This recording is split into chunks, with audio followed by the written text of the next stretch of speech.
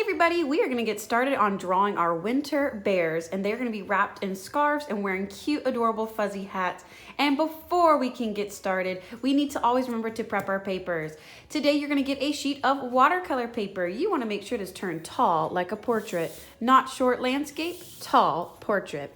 In the center of your paper, you are going to write your 3 things to let me know: your name, what class you belong to, so you'll write your teacher's name, and then of course you will remember to write your seat color and your number. That helps us sort all of your artwork back into your folders. Your sub can definitely help you spell your teacher's name if you need some help. I need to see your name, teacher, and your seat color number on the back of your paper. So pause this video, give everybody a chance to catch up. Once we are all ready to go, we're going to flip our papers over to the blank white side. To get started, we are all going to draw with pencil first, and then we will be tracing with Sharpies. So we're actually going to start at the top of the paper, and we're going to be creating the hat first, then the face of our bear, then the shoulders and the scarf next. We're going to start from the top and work our way down. We're doing this so we can guarantee we have enough room to fit everything on the page. So at the very tip top of my paper, in the middle, I'm going to start with a circle for the puff on the hat. And then I'm going to create 2 curving lines that come down for the hat, as well as that band that goes at the bottom. Connect your 2 lines together. And let's thicken this up. Bring your lines down a little bit more, and then 1 line over, so we have our completed hat. I do like to make some texture on my hat, so I'm going to add some lines on this band, but I'm not going to do any sort of patterns or designs. I'm going to wait until we start doing color. If I'm going too fast, remember you can always pause the video and let everybody get caught up, but as long as you're staying focused, we can work through this together at about the same pace. The next thing is we are going to create the bear's head that curves down from the hat. We have 1 curve that comes over, 1 curve that comes over, and the ears poke out from around the hat. I do 2 curves to create the ears, and I also think it's super cute when one ear is a little bit bigger than the other. Gives your bear a little more personality. You can absolutely do these however you like. Of course, you don't know I don't mind some tweaking and changing and creative freedoms. So this is one little fun thing I like to do. I like to make my bear look a little more fun and cartoon. So we are going to draw a straight line across, connecting our lines. And his little snout peeking out is a curving rainbow line with a triangle at the top and a straight line that comes down. We can't see the rest of his mouth because it's hidden by the scarf. For the eyes, you can do your eyes however you like. If you want big twinkly eyes, if you want sparkly eyes. I like to keep mine simple. I just like to do these little black eyes, and I'll be coloring those in later with my Sharpie. All right, for the rest of the scarf, we're going to do slightly bowed out lines on the sides and then connect those 2 together. Now I am going to decide what kind of pattern I want on my scarf, and I like a diagonal stripe, so I am going to go ahead and draw that in with my pencil so I can trace it with Sharpie. And we're going to bring the shoulders down, 1 on each side, slightly curved. And our scarf is wrapped around our bear, so there are going to be those little pieces that come down as well. I like to make it where 1 goes off the page over on this side.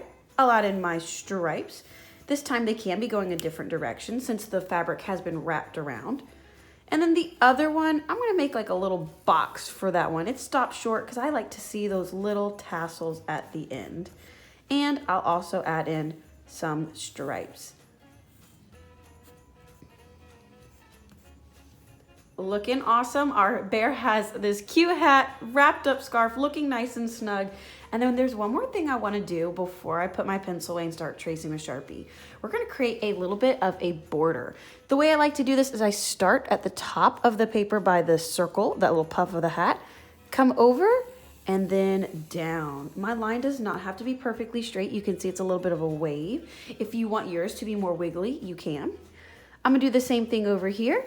Come on out and then bring that line down.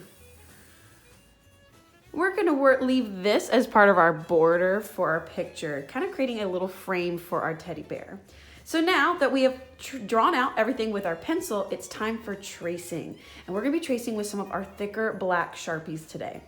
So we will not be tracing with these Sharpies, but rather these thicker Sharpies. And of course, as always, if you get a Sharpie that is running out, make sure that you trade it out for one that is working. If you notice that it's leaving behind some scratchy lines and not thick, clean, bold black lines, let's trade it out. Also, since we're using Sharpie, our watercolor paper is thick enough that it won't bleed through, but watch as you're getting close to your edges that you're not getting Sharpie on the table. If you need to go pick up a messy mat to make sure that you have a protective space to let the Sharpie go onto the messy mat and not the table, that is okay. So I'm gonna go ahead and outline everything with Sharpie. Any pencil line that I see right now is gonna be traced with Sharpie. All right, and don't forget when you are using your Sharpie, you can also color in your nose black and your eyes as well, leaving the rest of the space open for color. We are going to do one more thing with our Sharpie before we put them away and start adding color. Our goal for this project is one thing we're looking for is creating contrast. Contrast meaning that there are big differences between the two things. Think of it like compare and contrast. When you compare things, you're looking for things that they have in common that are the same, but when you're looking at things that have contrast, they are different. We're going to be using our bright neon oil pastels, but we want to have some comparison against that of just plain black and white. Quite different from each other. Bright colors versus just plain black and white. We're gonna be adding some bright colors into the background around our bear. We're gonna add pastel bright colors on our scarf and our hat. So we're gonna create just a black and white border all the way around our teddy bears. And this is absolutely up to you what design you choose to put in your border. So I think I'm going to go with a polka dot / snowflake look. We can still continue to use our larger Sharpies, but if you think you need to get a regular size Sharpie to sneak in some smaller details, that is absolutely okay too. So I'm gonna go ahead and decorate my borders only with just the black Sharpie, leaving some white space from the paper. And there we go, I have my black and white border ready to go. I'm not gonna add any color to this space, it's just gonna stay black and white. At this time, let's take a time check at where you are in class. If we're getting close to the end of class, maybe about 5 minutes left, this is perfect time for cleanup. We can start sorting our large and smaller Sharpies apart from each other. You're gonna make sure these go in your folder. Since they are dry, they can go in your folder, no need to go on the drying rack. However, if you have a little bit of extra time, we can go ahead and start our next steps. So we'll take an assessment at where we are in class and then we'll jump right back in next time. If you got extra time today, our next step is starting our decorations of our hat and our scarf with our neon oil pastels. Again, if you don't get to this today, you will get to this next time. So I'm going to have fun coloring in and decorating just my hat and my scarf with my bright neon oil pastels, creating that contrast between our black and white and our bright colors. So I'm gonna go ahead and skip through, fast forward through that, and you'll see all of this filled with color. And here we go, all full of color just on our hat and our scarf. But there's one more spot we are gonna add some color, and it's in the background. And we are gonna be choosing, either you wanna do like a warm color scheme or a cool color scheme. And we're gonna be creating some swirls in the background. I have a lot of my warm colors in the hat. I did have a little bit of some of my cool colors, the green here. So I think I'm gonna do more of my cool colors. So any sort of blues, purples, or greens can count for your cool colors. For your warm colors, any color of or variation of red, orange, yellow, and that bonus of pink can go in with your warm colors. So I'm going to use my cool colors to create some spirals in the background. And there we go, I have my cool color swirls in the background. Some fun things to think about when you're creating your swirls is they don't all have to be the same amount of swirls. Like you can see this swirl goes on for a couple more rings than some of these smaller swirls. You can squeeze in little guys and also remember to bump and jump around. So like this green swirl here or spiral, anywhere it was about to touch the ear, I just stopped and bumped and jumped around. So you can sneak in more of your spirals. We're gonna leave the rest of this black and white And then we are going to be adding in watercolor on our bear. And we are going to color our bear like a teddy bear. We're gonna make it brown. So I'm going to have my water, my paintbrush, and my brown watercolor. You may get an entire palette, or you might just get the brown itself. Sometimes it's easier just to get the one color that we need. And I am going to make sure that using my wet brush, I activate the brown in my palette so I can start painting with the brown. And I am going to do all of my bear. There we go. All of my teddy bear has been watercolored in. It will need to go on the drying rack after this to get dry. And then next class, maybe to kick off the class or our final little details before we move on to our next project, is using some tan and brown crayons to add in some of our visual texture. Third grade will know exactly what I'm talking about because we did this with our otters. Using our browns, we can add in some lines to create the illusion of fur on our bears. I can also use the tan to go back on top and add in a little more color into the nose spot of my bear, as well as some white as well, just to lighten up this little spot just a little bit, doing some little scratchy scribbly motions to make it look soft and furry.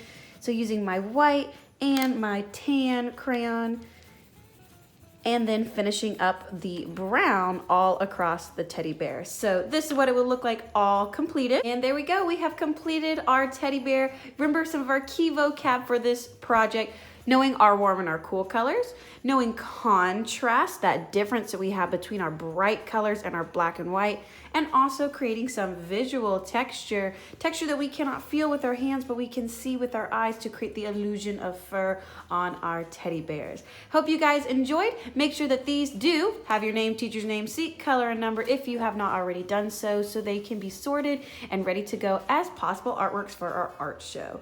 We'll go ahead and get started on the next project together. I'm so glad I got to do this with you guys. Even though it's not in person, I'm loving getting to teach you through YouTube. See you guys on the next project.